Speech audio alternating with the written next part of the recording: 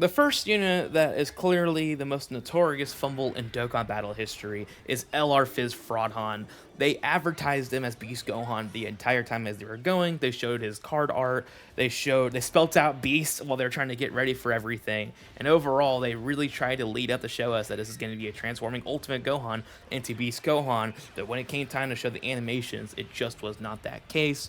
And it was a Gohan that had an active skill attack as Beast Gohan. But no one was satisfied with that because this would have been our first Beast Gohan in Dokkan Battle, but yet they waited until the 9th anniversary to drop Beast Gohan, and instead to give us an Ultimate Gohan that became quote-unquote Beast, but he wasn't playable. So it just sucked because we were anticipating Beast Gohan. Oh my gosh, it's hype. New Year's is going crazy. We're going to get a transforming Beast Gohan and transforming Orange Piccolo. And even though Orange Piccolo wasn't technically transforming, you got to still use him with his giant form. But the Beast Gohan was unable to be played with the physical Gohan, and it just left a lot of people disappointed. And what was even worse is he sucked. Like, he was not that good. You had to do a lot to make him work, and even then he still was very inconsistent and just overall one of the worst units in Dokkan history. It overshadowed how good that celebration was, and just overall he left a sour taste in a lot of people's mouths. The next big fumble is exclusive to Global, as some may say, Global Shaft, and that is Tech Super Saiyan 4 Gogeta and Fizz Omega Shenron. Everyone loves the notorious to be released. This is the one and only time they've ever released a unit without an active skill that's a premium unit. And it literally was just to be released because they were afraid that the categories were going to overshadow the type leads that were still rolling out in the global side of the game. Which, to be fair, it would have. But the problem is that everyone wanted to use Super Saiyan 4 Gogeta and Fizz Omega Shenron properly, but they couldn't. They had to wait until they brought the proper category leader skill into the game for them, which was months and months later. And it just sucked because a lot of people had these units who were supposed to be insane, but couldn't even use them to their full potential because they had to be released on them. Luckily, Dokkan changed their ways later on in the future when they released newer units in the game. If they had categories that weren't in the game yet, or higher leader skill boost or whatever, they wouldn't put to be released on them. They just gave it to Global Dokkan and then just let it move on from there. Yes, Global got an advantage in certain content for getting units earlier than they were meant to be released, of course, through the course of the game's history, but at the same time, if you're going to give us synced releases, you need to give them the exact way they're supposed to come, which is what they should have done with Super Saiyan 4 Gogeta and Fizz Omega Shenron. Alright, next I want to talk about the LRAGL Super Saiyan Goku and Vegeta. I know it's really weird to talk about this unit because a lot of people weren't necessarily hyped for this unit, but again, he is a Dokkan Fest LR that released during the Worldwide Download Celebration, and he had amazing animations, but this unit was very underwhelming. I mean, the worst unit to release in that celebration, probably one of the worst Dokkan Fest LRs to ever release in this game.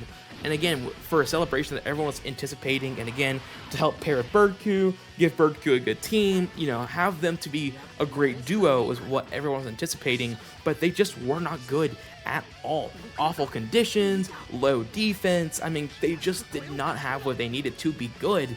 And again, this is the reason why they were one of the biggest fumbles in the game, is because maybe they weren't the most anticipated unit of all time, but the fact that they're a Dokkan Fest LR that struggled this hard to produce is pretty insane, especially for a big celebration unit, because most of the time, their Dokkan Fest LRs, when it comes to big celebrations, are always executed extremely well. And they had the animations for it, they had a lot of things going well for them, but the fact that they just straight up sucked was pretty shocking. Especially because, again, with Dokkan Fest LRs, they really do not mess up with them. Alright, let's get into the meat and potatoes, the whole reason why this video is even here. LR tag, quote-unquote, Vegito Blue, and LR tag, quote-unquote, Fusion Zamasu. This is just an awful release. I get we haven't seen kits yet. I get we haven't seen animations yet. I understand that fully. But when you're going to create a celebration that is basically a rerun of one we got in less than 2 years ago, you need to execute well.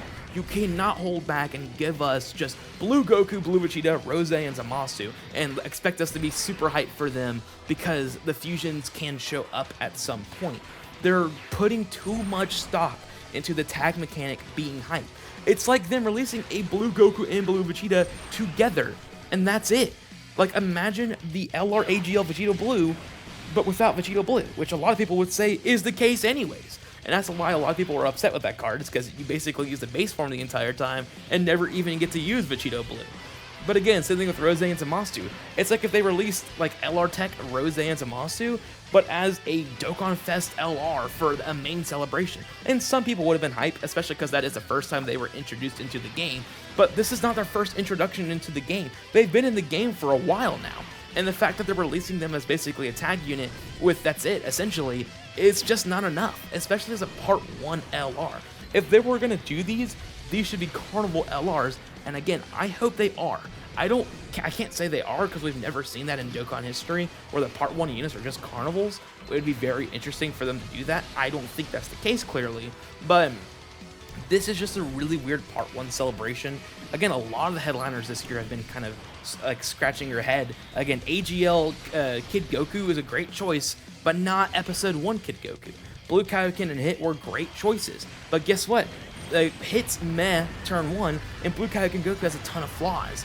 After the 10th anniversary, their choices have been very questionable about units when they released, and even if they were hype releases, they ended up underselling them sometimes.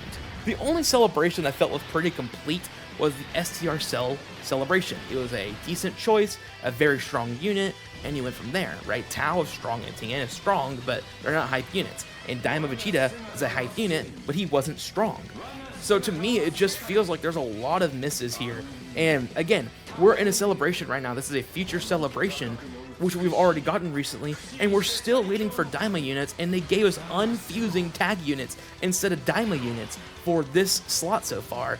And again, if they're not releasing Daima for the rest of the celebration, that's just awful character selection, and I do not know what they're doing over there in the headquarters right now. Alright, and it's even crazier is the fact that the next unit is LRAGL Vegito Blue, one of the other biggest fumbles in this game's history. Now, don't get me wrong, I'm not talking about kits. I'm not talking about kits here. He had a good kit.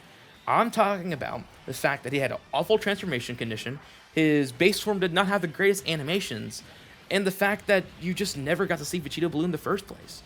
This is a unit that came out, we were all anticipating. This is our first ever Goku and Vegeta unit that fused into Vegito Blue again, and this is our first time having this unit in the game, and this is our first standalone Vegito Blue, well, not standalone, but playable Vegito Blue unit in quite some time. So a lot of people were very excited because Vegito Blue has been absent from the game since 2020 at this point. And when they came out, they're like, oh yes, it's awesome. And then he has an awful transformation condition. And not only that, you have to hit the transformation condition at the earliest convenience, because then you lose your intro animation, which makes them walking ducks. They don't hit hard, they were awful once their intro came off, and then you had to fuse as fast as possible, but the problem is the condition absolutely sucked. It's just an awful kit design. The unit was supposed to be hype, but he wasn't. And again, that's the reason why he's one of the biggest fumbles in history. And that's why it makes it even more frustrating that they released an LR tag, quote unquote, Vegito Blue, to help redeem what they did in the past, and they still couldn't execute it right. It's just crazy how bad they keep fumbling a Vegito Blue unit, who used to be one of the most dominant units in the game's history. The final unit, one of the most notorious units in recent history, is STR 007 Super Saiyan Blue Evolution Vegeta. Everyone was so insane and so hype with the fact that we were going to get a Blue Evolution Blue Vegeta. I don't know what I just said, but Evolution Blue Vegeta with UI Goku a part of the card. You know how insane that is? Like, oh my gosh, they're diving into this territory. UI Goku and Evolution Blue Vegeta, dude, they're going all out for this anniversary, it seemed. And then you read his kit, you're like, what are they doing? Why in the world is this unit so bad? He's a unit that got damage reduction off of, attacks, which is decent, but at the same time, he had to get orbs for attacks, and he required a ton of orbs, and he never supered. He just was an awfully designed unit, and by far one of the worst, if not the worst anniversary unit to ever release in the game's history. And then somebody like, well, there's been some worse ones, maybe. But you also got to realize the fact that this is a Carnival LR, which is way more prestigious than a Yellow Coin LR. And you also have to realize the fact that he was a Part 1 unit, not a Part 2 unit. And you also have to consider the fact of how bad he was in the meta they released in versus other units that released in their own metas, right? Overall, for a unit that was very hyped and anticipated, they completely under-delivered with him, and it's really insane how such a unit that everyone's so excited for came down to earth so quickly with such an awful kit and tons of reused animations.